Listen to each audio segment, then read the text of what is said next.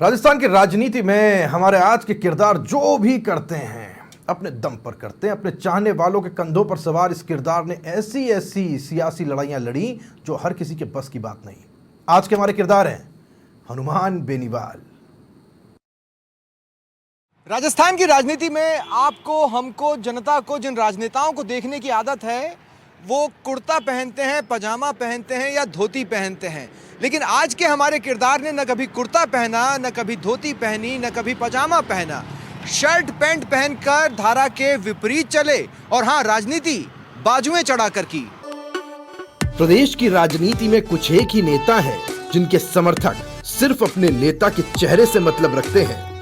हनुमान बेनीवाल उन्हीं गिने चुने भाग्यशाली नेताओं में से हैं जिन्होंने चाहे पार्टी बदली, गठबंधन बदले, पार्टी का चुनाव चिन्ह बदला, लेकिन उनके समर्थकों की निष्ठा कभी नहीं बदली। वजह समझना मुश्किल नहीं है।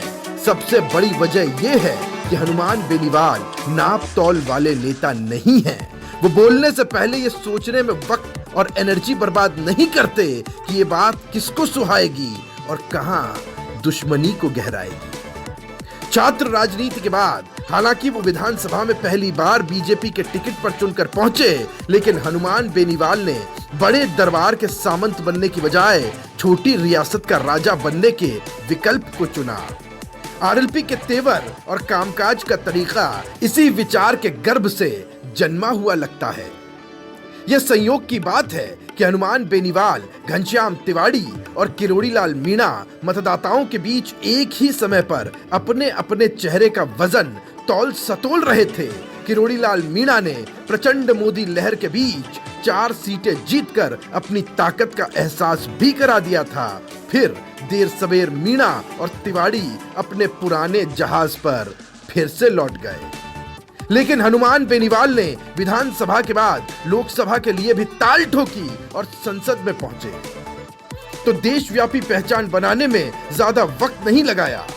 सदन में साथी सांसदों से उनकी बातचीत के दिलचस्प किस्से जब तब वायरल होते रहे। बातचीत का उनका मुंहफट अंदाज कई बार सुर्खियां बना और जब संसद में एक घुसपैठिए के सामने बिना किसी डर भय के आकर उन्होंने उसका रास्ता रोका तो वो एक बार तो हीरो हो गए। आरएलपी भले ही अपने पहले चुनाव में कम सीटों पर जीती हो और अभी भले ही बेनीवाल पार्टी के इकलौते विधायक हों, लेकिन उनके प्रभाव का दायरा व्यापक है। इसी बात को बूझकर 2019 में बीजेपी ने उनके साथ हाथ मिलाया और इस बार कांग्रेस ने। बीजेपी को तब इसका फायदा भी मिला था। इस बार कांग्रेस को कितना फायदा मिलेगा ये अभी कहा नहीं जा सकता, लेकिन ये जरूर समझा जा सकता है कि हनुमान बेनीवाल किसी के दबाव में राजनीति नहीं करेंगे। किसानों के मुद्दों पर भाजपा के खिलाफ जाकर गठबंधन छोड़ना पड़ा तो उनके चेहरे पर ज्यादा असमंजस देखा नहीं गया। कुछ लोग राय रखते हैं कि किसान राजनीति में अब बिखराव आ गया है। किसान नेताओं में से कई प्रभावशाली नेता एक दूसरे की जड़ें खोदने में लगे हैं, जिससे सभी का नुकसान हुआ है। हनुमान बेनीवाल के आलोचक भी ये मानते हैं कि उनकी राजनीति का ज्वार जितना चढ़ना था चढ़ लिया, अब उतरना ही है। लेकिन बड़ा वर्ग मानता है कि वो किसान राजनीति की धुरी बनेंगे और लंबे अरसे तक बने रहेंगे। दरअसल हनुमान बेनीवाल उन नेताओं में से हैं जिनको खिलाफत की सियासत सूट करती है, जो लोगों को सड़कों पर संघर्ष करते हुए सुहाते हैं और जो सत्ता के खिलाफ बोलने में हिचकिचाते नहीं दिखते। पॉलिटिकल पंडित कहते हैं कि राजनीति में मलाई खाने के हनुमान बेनीवाल के पास बहुत मौके थे, लेकिन बेनीवाल की मेरुदंड कभी फायदे के सामने झुकी नहीं।